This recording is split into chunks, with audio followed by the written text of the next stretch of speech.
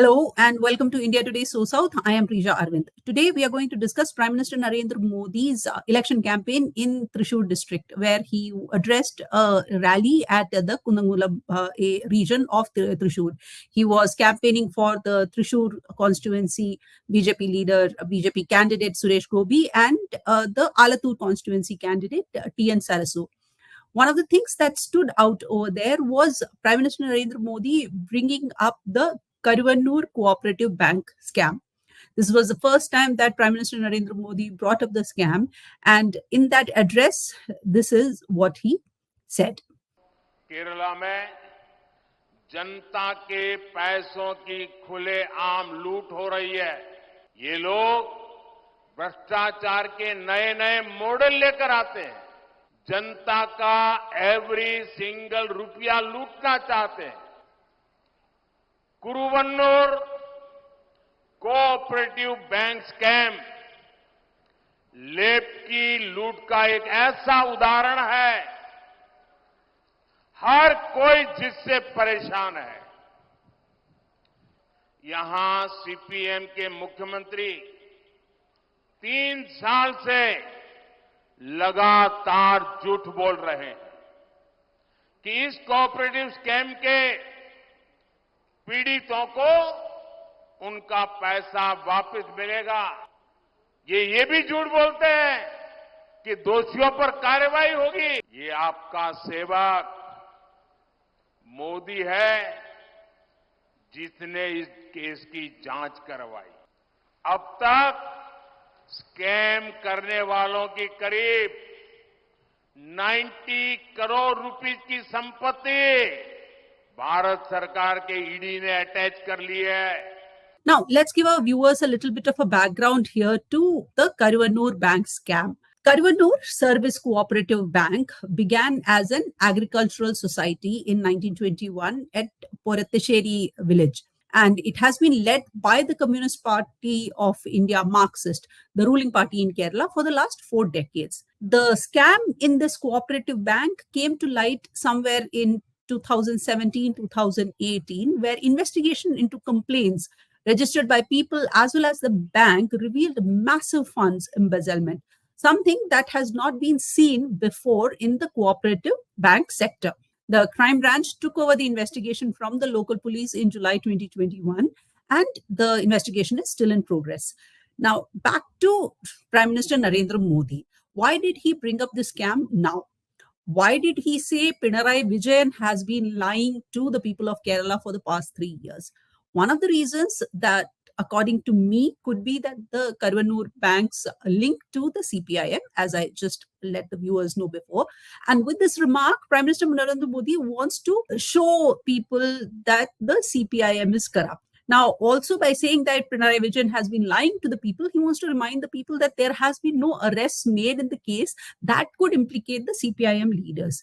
And as one of PM Modi's guarantees has been his fight against corruption, he also probably wants to set the stage that he will be the crusader for the victims of the Karuvannur Cooperative Bank scam.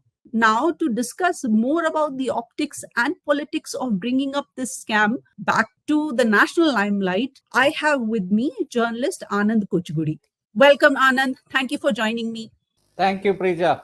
Anand, as I was telling everyone that, as I was telling our viewers, that, Prime Minister Narendra Modi, you also watched it. Prime Minister Narendra Modi at his Thrissur rally brought up the Karuvannur Bank scam again. To begin with, let's tell the viewers a little bit more about the bank scam itself.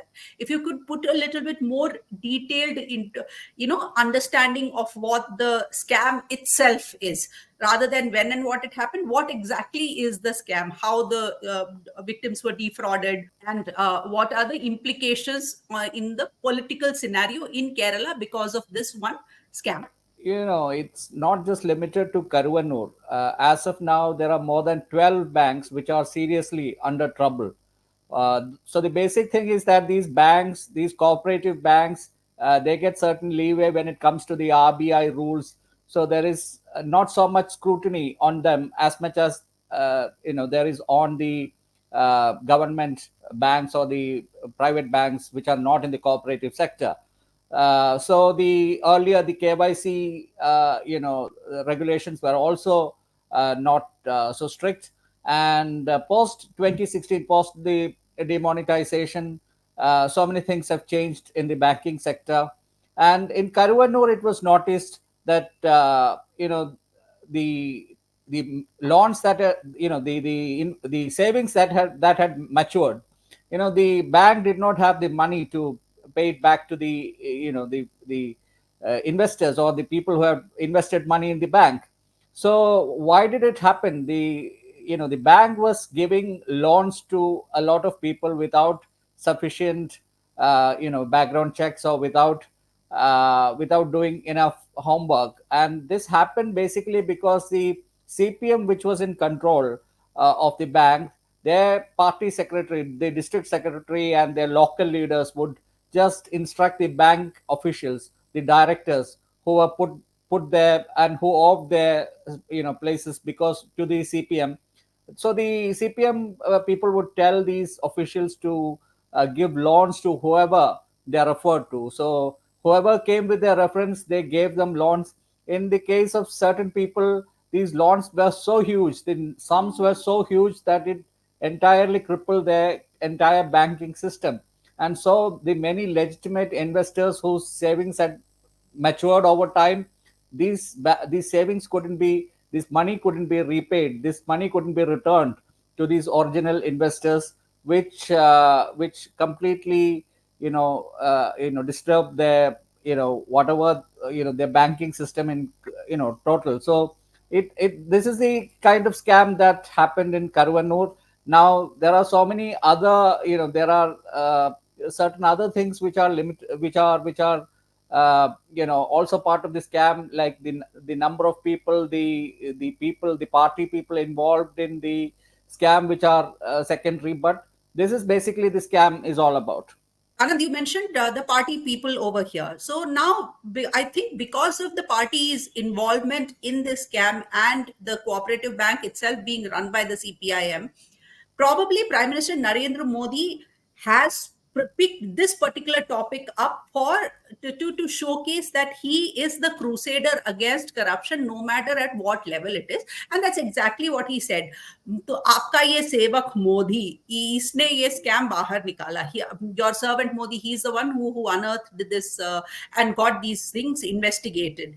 Now, do you think, or what do you think is the Prime Minister Modi's, or rather BJP's agenda towards raking this up, even though it has been ongoing? What do you think is the agenda here to bring it to limelight, to national limelight right now? See, Prija, the Prime Minister addressed two rallies today. One in Kunnamkulam in the Alathur constituency, which is adjacent to the Thrissur constituency, and the second one in Artingal near Thiruvananthapuram. So in both those rallies, he rigged up the Karuvannur Bank cooperative scam, and he also mentioned about the gold smuggling scam, which he has invoked even earlier. And then he also raised the issue of the CMRL, which pertains to the chief minister and his daughter. So these two are new: the Karuvannur cooperative scam and the chief minister, the allegations and the corruption charges against the the chief minister and his daughter. These two are new. The prime minister basically rigged it up so that the BJP could have some derive some advantage out of it in the Lok Sabha election, and also to dispel there's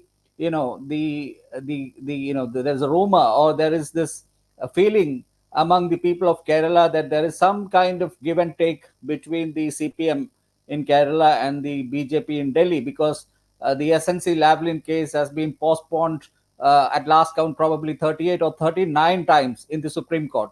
And also this, the Karuvannur scam, so many people have been questioned, so many people have been, interrogated, but not no prominent party leader has been in jail, as it happens in the rest of the country with Aam Aadmi Party or other party leaders. Kavita of BRS, they've all gone to jail. But in Kerala, no prominent CPM leader has been arrested on a corruption case till till date. So the Prime Minister also wants to dispel that notion that the BJP has some kind of quid pro quo deal with the CPM in Kerala, which might sound strange to people outside Kerala, but this is a general feeling in Kerala that or else why in a case where the income tax authorities have proof that the a private company CMRL, which has some percentage of which the government has some stake in it, but then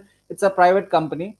Why would the central government go slow or go soft on that case and not have the Kerala chief minister and his daughter, especially his daughter, interrogated in that case? And the Karuvannur scam is pertains more to that constituency in Thrissur, where that issue is a big thing. Uh, Thrissur is one constituency where the BJP has a good chance of opening their account, and Suresh Gopi is contesting there. And the constituency that he addressed, Alatur, is just adjacent to it. So there is the rumblings of Karuvannur is also it's visible even on in the Alatur constituency. So he just wants to make sure that he dispels any notion that the BJP has some kind of deal with the CPM, and plus he wants to invoke these corruption charges against the CPM, saying that okay, don't vote for these people, they are steeped in corruption. So, Anand, in this relation, you said that this is to bring back to the notion and to garner sort of to show that BJP is still over there. You specifically mentioned to uh, dispel the notion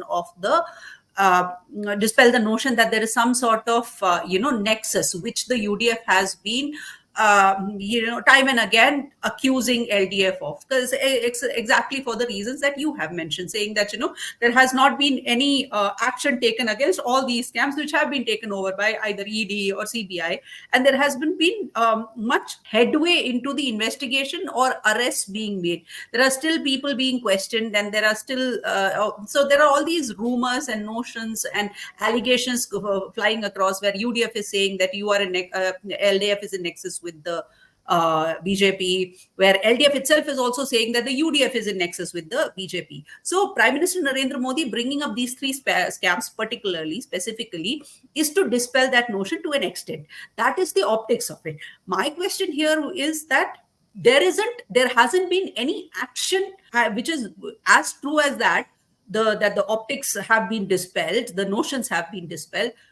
There hasn't been any concrete action taken against anybody. Veena Vijayan has not been called in for questioning.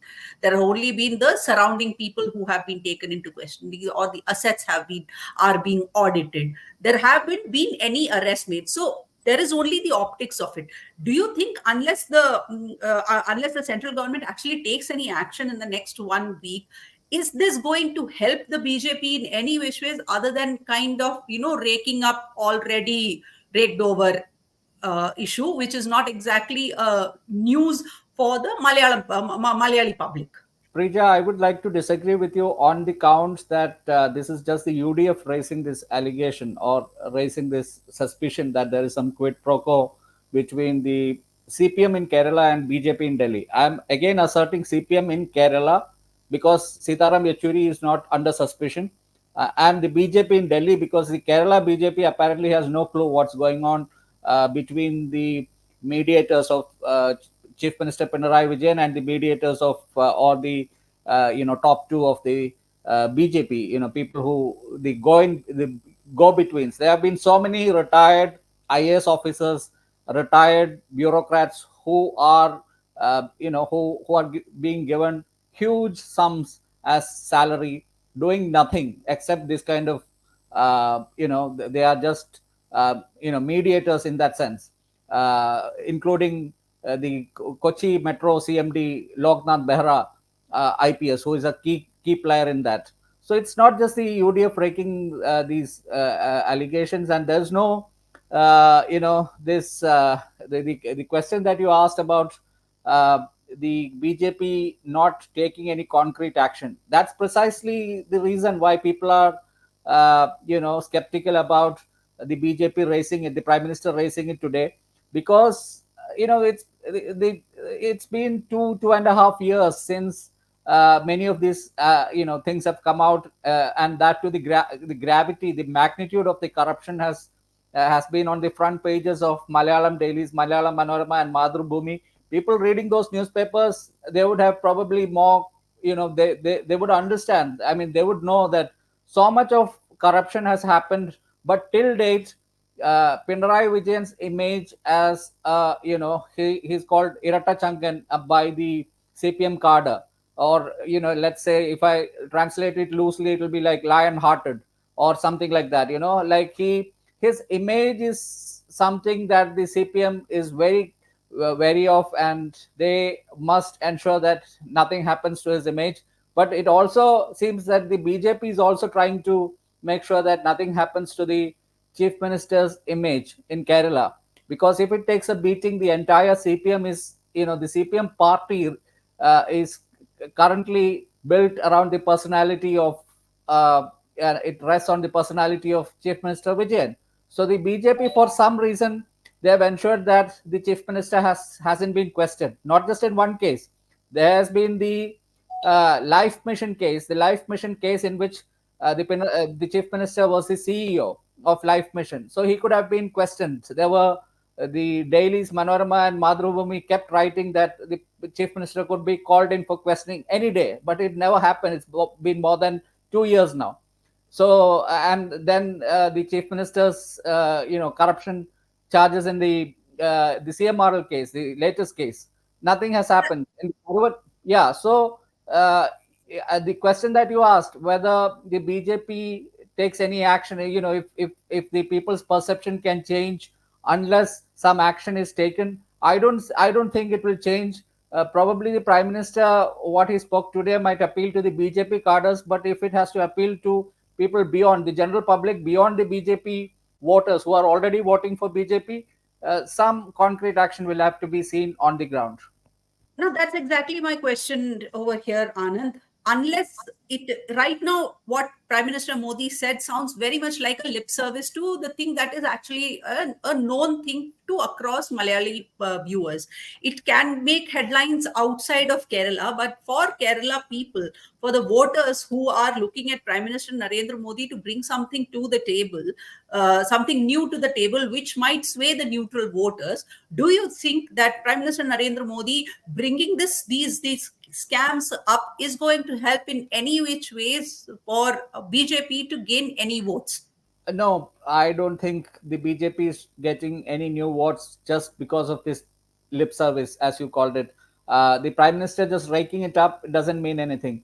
Beyond the headlines, beyond making headlines, especially in the national media, I don't think it will fetch the BJP any votes in any constituency beyond the people who were already voting for BJP. So if the common general public has to be convinced, there has to be some concrete action where where some tangible action has to be seen for the people to believe that the central government or the agencies are going after the state government and not really going soft. The perception is that the BJP and the CPM, they have a mutually beneficial relationship, in the sense, if the CPM keeps on winning in Kerala, the BJP can emerge as the primary opposition. So the idea is that probably this is the sense I get after speaking to BJP leaders in Kerala, that if the UDF loses once again in 2026, the UDF will be in shambles. The Muslim League will switch over to the LDF, and the BJP can emerge as the primary opposition at the UDF's expense. So the people in Kerala feel that this is the ploy behind the BJP going soft on the LDF scams in Kerala, including Karuvannur, including the scam related to the chief minister's daughter. So this notion, if it has to change, something must happen in the next few days. From our discussion so far, what I have understood is it is more or less a lip service than an actual promise of a concrete action in case in case more evidences are unearthed. Am I understanding that correctly? Yes, that's true. So there you have it, viewers. Thank you, journalist Anand Kochukudi, telling us about the Karuvannur scam, not just about the Karuvannur cooperative bank scam, but also the other scams that are in that have been making headlines within the regional newspapers of Kerala. That is the CMRL case, where Kerala Chief Minister Pinarayi Vijayan's daughter Veena Vijayan has been implicated, and also the Lavalin case. These are all still under investigation, and no concrete action has been taken. Will this particular will these controversies being named, with these scams being unearthed, these scams being raked up again, will that turn into BJP's votes? That is something that we will only come to know first, or we will come to know on June 4th, which is the counting day. Kerala goes to polls in a single phase on April 26th in all 20 seats of Kerala. Thank you, Anand, for joining us, and thank you for watching India Today So South. I am Prija Arvind, signing out for you.